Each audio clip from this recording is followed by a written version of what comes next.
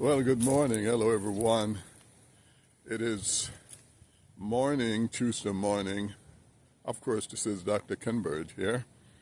It's Tuesday morning in West Central Florida, and the temperature has dropped down to 39 degrees. It's cold, it's nippy, and it's the first coldest weather of the season so far.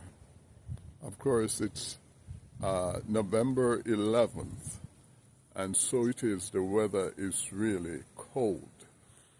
My main concern, while I welcome the break in temperature from very hot, now of course Indian summer, while I welcome this weather, it's my concern for homeless people that is in the back of my mind, because when you go about the streets nowadays, you find so many homeless people sleeping on benches and wrapped in comforter, and you wonder if that's enough to keep them safe.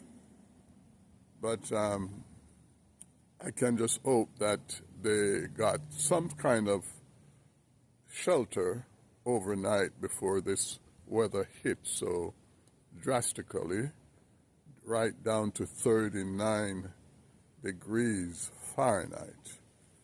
I'm outside. Well, I'm dressed for it for the period that I'm standing here.